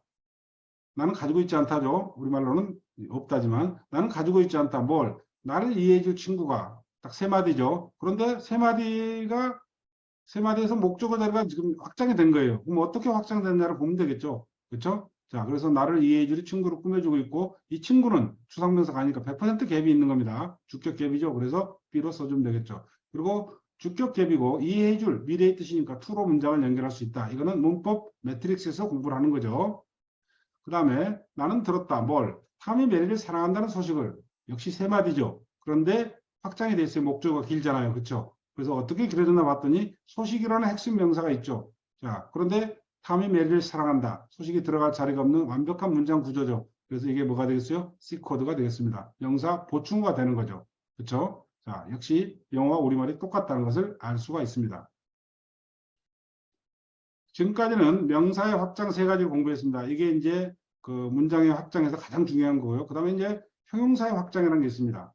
아까 그 D코드에서 보셨던 것처럼 비동사 플러스 형용사를 썼는데 그 뒤에서 갑자기 머리라는 그런 대상이 필요한 경우가 있죠. 이런 경우는 D로 판단하면 되겠습니다. 첫 번째 문장을 볼까요? 자, 주어 동사를 찾으면 그는 자랑한다. 여기서 주의할 것은 우리말에서는 이 자랑한다가 동사잖아요. 그렇죠? 그렇죠. 동사예요. 근데 영어에서는 이게 물론 동사로 표현할 수도 있지만 take pride in, pride oneself on 같은 동사로 표현할 수도 있지만 비동사 플러스 형용사로도 표현할 수가 있죠. 그래서 이거는 약간 이제 영어 문장하고 이렇게 대비하면서 공부할 필요가 있겠죠. 그는 자랑한다를 만약에 비동사 플러스 형용사로 썼어요. 그런데 뭘 자랑해? 이와 같이 대상이 필요하죠. 그렇죠? 이런 걸 느껴보면 되겠습니다. 그 다음에 주어 동사를 찾아볼까요? 두 번째, 그는 그의 약속을 어기기가 쉽다. 그는 쉽다. 쉽다는 우리말에서 동사가 없죠. 그래서 이제 형용사를 표현, 쉬운이라는 형용사를 이용해서 그는 쉽다를 표현했는데 뭐 하기가 쉬워요? 이와 같이 대상이 필요하죠. 그렇죠? 그의 약속을 어기기가 이게 이제 대상이 되겠죠. 그 다음 나는 내 아이들과 야구하는 걸 좋아한다. 이 좋아한다는 것은 like라는 이런 동사를 써도 되겠죠. 그러나 be fond라는 그런 표현, be 플러스 형용사로 쓸 수도 있겠죠. 자, 나는 좋아한다. 뭘 이와 같이 대상이 필요하죠. 이걸 표시해 보면 그 대상이 이렇게 되겠습니다. 자, 그러면 1번 같은 경우에는 그는 자랑한다. 이거를 be 플러스 형용사로 쓰면 he's proud 이렇게 되겠죠. 그럼 뭘 자랑해? 이와 같이 대상이 필요하죠. 그러면 거기다 딱 가로로 묶어서 D코드를 써서 이거를 여기다 붙여주면 되겠죠. 그럼 이제 구체적인 사실이니까 대절로 연결한다. 이거는 문법의 매트릭스에서 나오겠죠. 그 다음, 그는 약속을 어기기가 쉽다. 그는 쉽다를 쓰면 뭐뭐 하기가 쉽다 이런 뜻이에요. He's reliable 또는 he's apt 이렇게 쓰겠죠. 뭘에 해당하는 말을 딱 가로로 묶어서 얘들한테 디코드라고 이렇게 표시하라고 하면 됩니다. 그리고 이제 앞으로 뭐뭐 하기가 쉽다 이렇게 경향성을 이야기하기 때문에 to로 이용해서 to break his promise와 같이 문장을 쓰겠죠. 그 다음에 나는 좋아한다. I'm fond. 얘가 쓰면은요. 자, 뭘 좋아해? 같이 대상이 필요하니까 가로로 묶어서 같이 디코드라고 써주면 되겠습니다. 그 다음에 이제 문장의 그 영작에서 마지막 핵심어와 관계없는 문장은 이걸 문장 수식어라고 부르는 겁니다. 그래서 문장 수식어는 부사절이라고 부르는 거죠. 자, 이거는 이 코드가 되겠습니다. 그러면 지금 세 개 문장인데요. 자, 1번에 핵심어를 찾아보세요. 핵심어를 찾을 때는요. 제가 알려드린 두 가지 그 핵심어 파악 공식 있죠. 주어가 뭔지 어떤지 어디에 있는지 주어 동사 뭘 이걸로 찾는 겁니다. 자, 주어 동사를 찾으세요. 동사를 못 찾으면 비동사 문장입니다. 자, 나는 일어났다죠. 뭘 필요해요? 안 필요해요? 필요 없죠. 그래서 나는 일어났다가 핵심어가 되겠습니다. 2번 핵심어를 찾아보세요. 나는 살 수 없다. 뭘? 그 집을. 이게 핵심어가 되겠죠. 3번 핵심어를 찾아보세요. 나는 살았다. 뭘? 필요 없죠. 그래서 이게 핵심어가 되겠죠. 지금 노란 글씨로 되어 있는 부분이 핵심어가 되는 겁니다. 그래서 1번은 일형식 문장, 2번은 삼형식 문장, 3번은 일형식 문장 이렇게 표현할 수가 있겠죠. 그러면 노란 글씨가 아닌 부분은 전부 다 뭐예요? 수식어가 되겠죠. 자, 근데 1번은 수식어가 두 개네요. 공원에서 산책하기 위해하고 일찍. 일찍은 공원에서 산책하기 위해서에 포함되지 않죠. 일찍 일어났다에 지금 걸리잖아요. 그러니까 수식어가 두 개입니다. 그러면 일찍은 한 단어니까 그렇죠? I got up early 같이 써주면 되겠죠. 그러면 공원에서 산책하기 위해 자, 이거는 한 단어가 아니라 산책한다라는 동사가 들어있으니까 문장이죠. 그래서 이 공원에서 산책하기 위해서는 가로로 묶어서 이제 문장을 수식하니까 부사절이 되는 겁니다. 2번은요. 나는 살 수 없다. 뭘? 그 집을. 핵심어죠. 노란 글씨가. 돈이 없어서. 자, 이거는 핵심어가 아니니까 뭐예요? 부사가 되겠습니다. 근데 돈이 없다. 동사가 들어있죠. 동사가 들어있으면 문장입니다. 그래서 자, 핵심어가 아닌 문장은 부사절인데, 부사인데 동사가 들어있으니까 부사절이 되는 거죠. 그래서 이걸 부사절로 이렇게 판정하면 되겠습니다. 그 다음에 3번은 나는 살았다. 뭘 필요 없으니까 일형식 문장이죠. 그러면 아이였을 때 시골에서 전부 다 부사가 되겠습니다. 시골에서는 전면구 부사니까요. 문장이 아니죠. 근데 아이였다. 이건 문장이죠. 그래서 이건 부사절이 되겠죠. 자, 그래서 여기 지금 파란 글씨로 된 부분들은 문장이기 때문에 이와 같이 이 코드로 표시해 주면 되겠습니다. 그런데 이제 이 부사절 경우에는요. 우리말을 이렇게 좀 공부를 하다 보면 영어하고 우리말 이렇게 같이 공부하다 보면 아이들이 돈이 없어서 아이였을 때 이런 것들 시간 부사절, 이유 부사절 금방 파악할 수 있습니다. 그래서 이렇게 핵심어를 파악한 다음에 얘는 핵심어가 아니니까 부사절이네. 이와 같은 방식으로 하면 시간이 많이 걸리니까 제가 강의에서도 그냥 우리말의 접속사를 보고 돈이 없어서 아이였을 때 공부하면서 뭐 이런 식으로 그냥 부사절을 쉽게 파악할 수 있는 것은 바로바로 가로로 묶어서 부사절로 파악하라 이렇게 지시를 하면 되겠습니다. 그 다음 마지막으로 지금까지는 두 개의 문장을 가지고 코드를 이렇게 판단해서 우리말의 코드를 판단하는 걸 보여드렸는데 그러면 이제 실제 그 수능에 서술형에 나오는 그런 문장들은 시험에 나오면 이렇게 길잖아요. 여러 개의 문장이 붙어 있는 경우는 어때요? 자, 문장 속에 문장이 또 포함된 경우 그때도 마찬가지로 자, 사람은 말을 몇 마디만 해요? 세 마디만 하는 겁니다. 그래서 핵심어 파악 공식으로 그 세 마디를 찾아가면 되겠습니다. 자, 이 문장에서 주어 동사 뭘 찾아보세요. 주어 동사를 먼저 찾아보세요. 나는 깨달았다가 되겠죠. 동사를 못 찾으면 비동사입니다. 꼭 알아두세요. 비동사는 뜻이 없기 때문에 우리말로 찾을 수가 없어요. 만약에 나는 짜증나 그러면 나가 주어져. 짜증나. 짜증나는 동사가 아니잖아요. 동사가 뭐죠? 그러면 나는 짜증나. 자, 동사를 못 찾으면 비동사입니다. 알겠어요? 그래서 비동사 뒤에 짜증난이라는 그런 형용사를 쓰게 된 거죠. 자, 이 문장에서는 주어 동사를 찾기가 쉽죠. 뭐 문장의 80%는 85%는 의미 동사로 쓰는 거예요. 나는 깨달았다. 그렇죠? 동사차였죠. 그럼 이제 여기서 뭐 해야 되죠? 뭘 이렇게 해야 되겠죠? 나는 깨달았다. 뭘에 가로를 묶으면 되겠네요. 뭘 깨달았어요? 사람은 말을 세 마디 한다고 그랬죠. 자, 그래서 여기서 여기까지가 지금 파란 글씨로 되어 있는 부분 전체가 목적어죠. 내 동료 학생들 대부분이 아시아 학생들은 영리하다는 생각을 가지고 있다는 것을 깨달았다. 한꺼번에 가로를 묶어서 A 코드라고 표시하면 되는 겁니다. 자, 그러면 이제 A 코드를 쓸 때 어떻게 하겠어요? 연결 장치를 써야 되겠죠. 자, realize는 인식 동사이기 때문에 뒤에다 대서 쓴다. 이거는 폴더와 파일에서 공부를 해야 되는 거죠. 자, 대설로 연결한 다음에 다시 이 문장 속에 들어가서 뭐 해야 되겠어요? 주어 동사를 또 찾으면 됩니다. 찾아보세요. 자, 내 동료 학생들 대부분이 가지고 있다. 이렇게 되겠죠. 그렇죠? 그럼 다시 뭐 해야 되겠어요? 뭘에 해당하는 부분에 가로를 묶으면 되겠네요. 자, 뭘이 뭐예요? 아시아 학생들은 영리하다는 생각, 목적어가 확장됐다는 것을 알 수가 있죠. 자, 그러면 아까 명사의 확장 세 가지가 있었죠. 지금 여기서 이 앞에 있던 요거는요.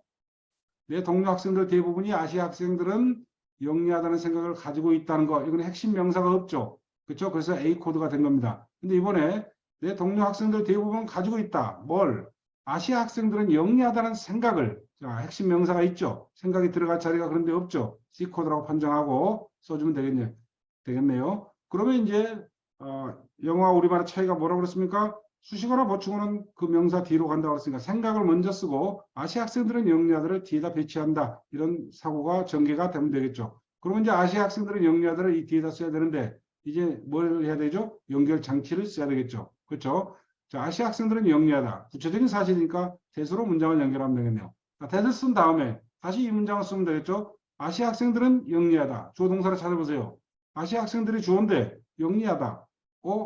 동사를 찾기 어렵죠. 그럼 비동사 문장입니다. 그러면 아시아 학생들이 어떤지를 말하니까 나는 비동사 뒤에다가 형용사를 쓰겠다. 이렇게 판정을 하겠죠. 그래서 비동사 뒤에다 이와 같이 smart라는 형용사를 써주면 문장이 완성이 되겠죠. 그러니까 문장이 지금 제가 하고 싶은 말은 문장이 이렇게 복잡해도 간단한 문장처럼 똑같이 주어 동사 뭘 계속 찾아가면서 확장된 부분 전체를 가로로 묶어가지고 알겠어요?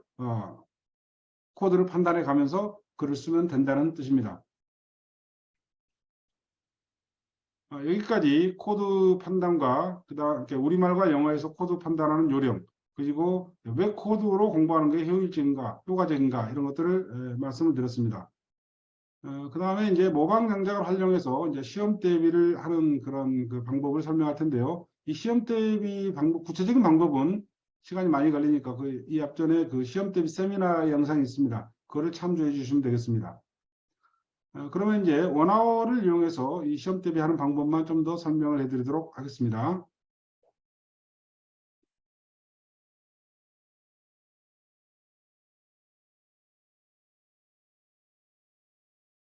자, 원어에 가면 이와 같은 이제 화면이 나오잖아요. 그럼 이제 수업 보기에서 지금 요즘에 이제 제가 공지를 드렸지만 여기 보면 교과서가 전부 다 돼 있죠. 중등부부터 이제 쭉 이렇게 돼 있는데요. 지금 현재 그 고등 1-1까지는 전부 다 코드 분석이 돼 있습니다. 여기 한번 눌러볼까요? 고등영어 1 눌러볼게요. 펼쳐보기 하면 이제 모든 교과서가 나오는데 그거 눌러보면 지금 일과가 있고 이거는 이제 코드가 없는 그냥 지문이고요. 그 다음에 그 옆에 보면 일과 코드 분석이 이렇게 다 돼 있잖아요. 그래서 요거를 활용하면 되는 겁니다. 그러면 이제 어떻게 활용하느냐? 저 같은 경우는 이제 그 아이들이 그 중3 때 이미 그 문장의 매트릭스가 다 끝났기 때문에 그 다음은 전부 다 이제 뭐만 하느냐 그러면 물론 예측 토크도 다 끝났고요. 그래서 모의고사 풀이하고 그 다음에 그 교과서 모방 영작만 계속 시키는데 지금 빠른 애들은 이게 지금 한 권이 다 끝났다는 이야기입니다. 아직 학교에서 한 페이지도 배우지 않았는데 이게 다 영작이 끝났다는 이야기입니다. 이런 애들한테 누가 이기겠어요? 근데 이제 제가 다 검사를 하는데 완벽하게 영작을 하고 갈수록 코드 분석과 영작 속도가 빨라집니다. 그래서 저는 이 방식 외에는 영어를 마스터하는 방법이 없다고 주장을 합니다. 공부에 욕심이 있는 학생은 자, 이 자기 교과서 끝나면 다른 학교 교과서 또 여기 다 들어있으니까 요걸 가지고 모방 능력 훈련하면 되겠죠. 그래서 그 시중에 나와 있는 무슨 그 독해 참고서 이런 거 있잖아요. 뭐 그런 거 전혀 쓸 필요가 없습니다. 물론 그 이제 그 모의고사 이런 것들은 뭐 필요하겠지만 그 무슨 커리 짠다고 문법은 뭘로 하고 뭐 그다음에 독해는 뭘로 하고 뭐 이렇게 하는데 교과서보다 더 좋은 그 교재가 어디 있습니까? 교과서는 모방 능력을 시키세요. 교과서는 모방 능력 시키고 다 끝나면요. 우리 그 예측 포카 있죠. 전부 다 코드 분석 다 돼 있고 돼 있잖아요. 그걸 시키세요. 그래서 책을 많이 읽는다고 영어 실력이 그 이렇게 인풋이 많이 되는 것이 아니에요. 물론 독해를 많이 하면 좋죠. 좋은데 인풋의 의미에서 본다면 진짜 실력을 키우는 의미에서 본다면 모방 능력이 가장 좋습니다. 자, 그러면 이제 시험 대비를 어떻게 하나 볼까요? 먼저 이 코드가 없는 이 교과서 이거를 이제 눌러가지고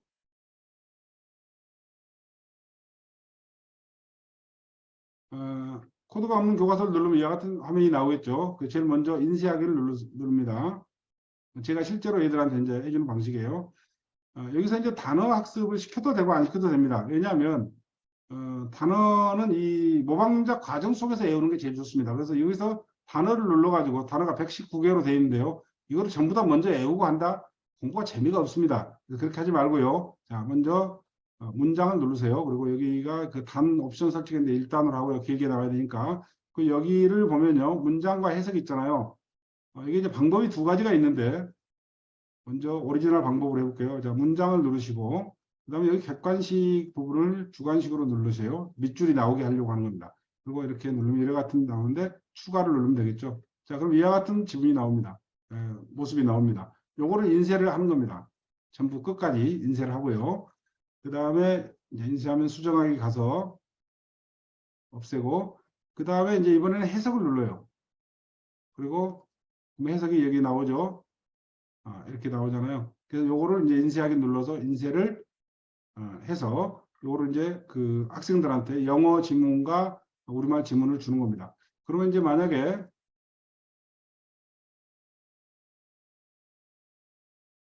영어 지문을 주면은 이렇게 되겠죠.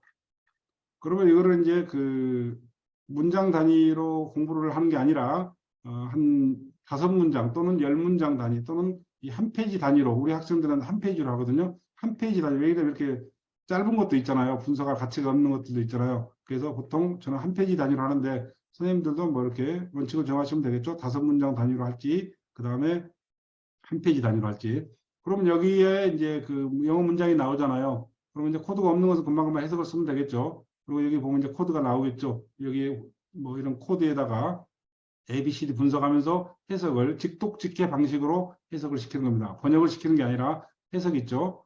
그래서 직독직해 방식으로 해석을 다 하게 하는 거예요. 이게 다 끝나면은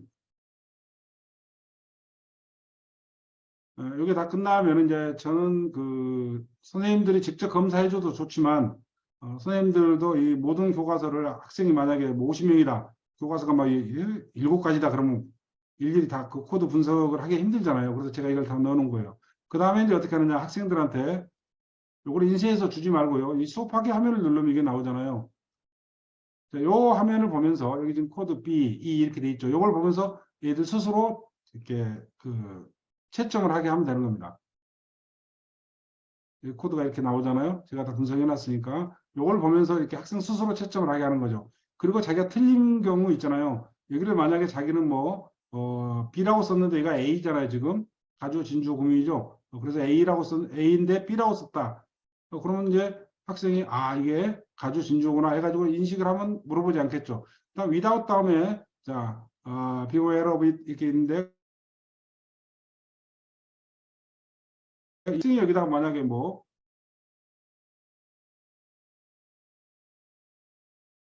학생이 여기다가 뭐 2라고 썼다든가 이런 경우에 이제 수정을 하겠죠. 그래서 수정한 부분만 선생님한테 가져오라고 하면 됩니다. 알겠죠? 그래서 이제 그 문법의 매트릭스가 이렇게 성립된 애들도 가끔 빼먹은 거 이런 거 있잖아요. 그렇죠? 오형식 같은 거 이런 거, 분리된 주어 이런 거 빼먹을 수 있죠. 그런 부분만 선생님이 코칭을 해주고 나머지는 바로 이 화면을 보고 전부 다 채점을 시켜주면 되겠습니다. 근데 만약에 뭐 시험이 임박했다. 시험에 임박했는데 그 뭐 아이들이 이제 공부를 잘 못한다 이런 경우 있죠. 이런 경우에는 어떻게 하면 되겠어요? 자, 이 코드가 돼 있는 요 부분을 인쇄해서 주고, 그쵸? 이게 왜 A인지 생각해봐. 이게 예? 이 빙이 왜 A인지 생각해봐. 그리고 이 우리말에다가 똑같이 이 코드를 표시해봐. 이런 방식으로 약간 우격다짐 방식으로 공부를 해도 되겠죠. 근데 이게 장기적으로는 좋은 방식이 아니죠. 왜냐? 자기가 먼저 판단해보고 그다음에 채점을 한 다음에 선생님의 코치를 듣고 그다음에 영작을 하는 이런 방식이 좋겠죠. 그다음에 이제 그 얘들한테 프린트를 나눠주는 방식인데요. 다시 인쇄하기 가볼게요. 아까는 이제 그 제가 영어 문장 따로, 한국어 문장 따로 이렇게 줬는데요.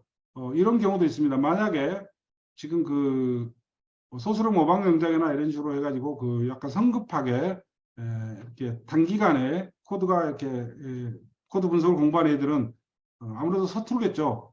그렇죠? 그러니까 또 우리말의 분석에 서투른 겁니다. 우리말의 분석도 서투르겠죠. 그런 경우에는요. 문장과 해석이 동시에 있는 거 있죠.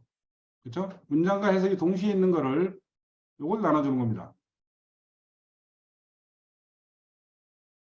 자, 그러면 자, 문장과 해석이 동시에 있는데 여기 만약에 이제 영어 문장에 코드가 찍히잖아요. 여기 보면 이제 여기에 후에 코드가 B라고 찍히면은 이 B에 해당하는 문장을 우리말에서 가로로 찾아서 자기가 스스로 모방문장 교재 보면 그렇게 돼 있잖아요. 그래서 영어 문장에서 코드를 쓴 다음에 거기에 해당하는 우리말 문장에 가로로 묶어서 B라고 쓰고 아시겠죠? 자, 이와 같은 방식으로 공부를 시켜도 시험 대비에는 좋습니다. 왜냐? 우리말 문장들이 고등학교 문장 같은 경우는 굉장히 길고 그러기 때문에 아까 제가 보여드렸던 문장 속의 문장 이런 방식으로 애들이 잘 못할 수도 있습니다. 그렇죠? 근데 훈련을 많이 하는 애들은 다 하는데 못할 수도 있고 그리고 그게 진짜 실력이죠. 자, 그런데 그게 잘 힘들 경우에는 어떻게 한다?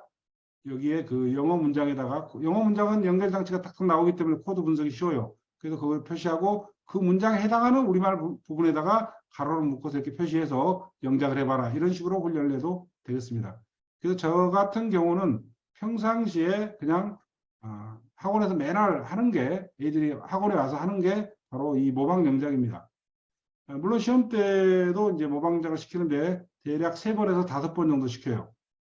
그러면 전에도 말씀드렸듯이 그냥 시험 성적 자체가 일단 90점에서 시작하는 겁니다. 그래서 교과서 내용 분석 이런 거 있잖아요. 이거 모방 영작을 다 하는데 그 내용을 모르겠어요. 그리고 설사 이게 무슨 뭐 주제를 찾아라, 뭐 순서를 짜라 이렇게 한다 하더라도 그 문장을 전부 다 모방 영작을 한 5번, 3번 내에서 5번 정도 하기 때문에 어때요? 그 내용을 훤히 깨고 있어요. 학교에서도 배우고. 그러니까 거의 그 틀릴 문제가 없습니다. 90점에서 출발한다고 생각하면 돼요. 그리고 이제 뭐 약간의 그 좀 세부적인 거 그런 것들을 이렇게 시켜주면 되겠죠. 그리고 이제 그 모방 영작이 끝나면 뭐 하느냐? 딱 하나만 시키면, 2가지만 시키면 됩니다.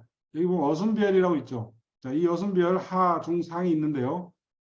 하부터 시키면 돼요, 처음에.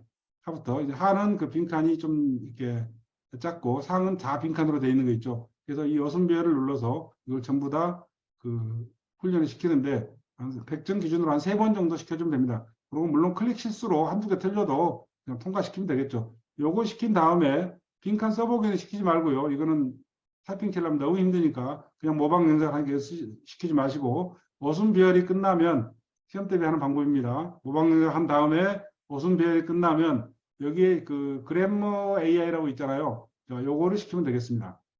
그러면 그래머 AI는 그래머 AI 다시 가볼게요. 여기 자세히 보면요.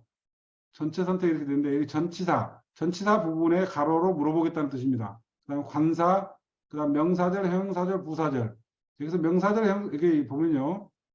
동사 있어요, 동사. 제가 잘 안 보이는데 자꾸 올라가지.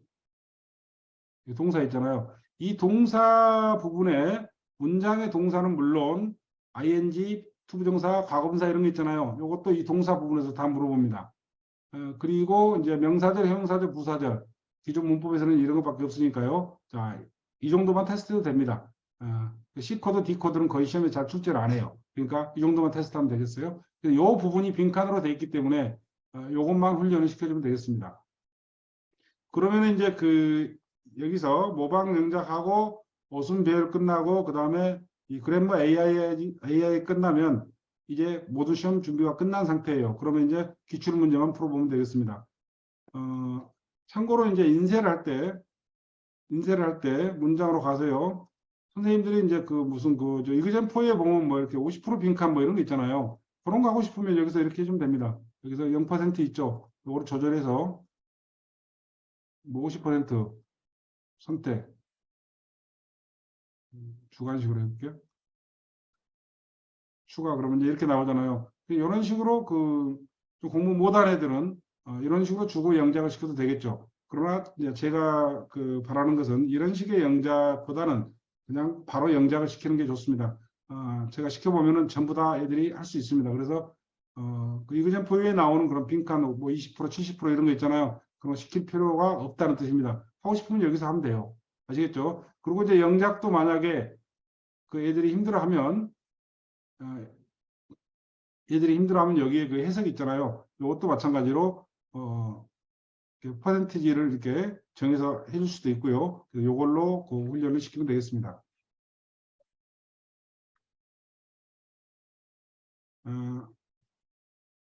지금까지 이제 설명을 드렸는데요. 정리를 해볼게요. 처음에는 이제 코드가 왜 필요한가를 설명을 드렸고, 두 번째는 영어 문장에서 코드 분석을 어떻게 하는지, 그리고 세 번째는 우리말 문장에서 코드 분석을 어떻게 하고 영작을 어떻게 하는지, 그리고 이제 실제 교과서를 가지고 모방 영작을 할 때, 시험 대비를 해서 모방 영작을 할 때는 어떻게 하는지 이런 것들을 말씀을 드렸습니다.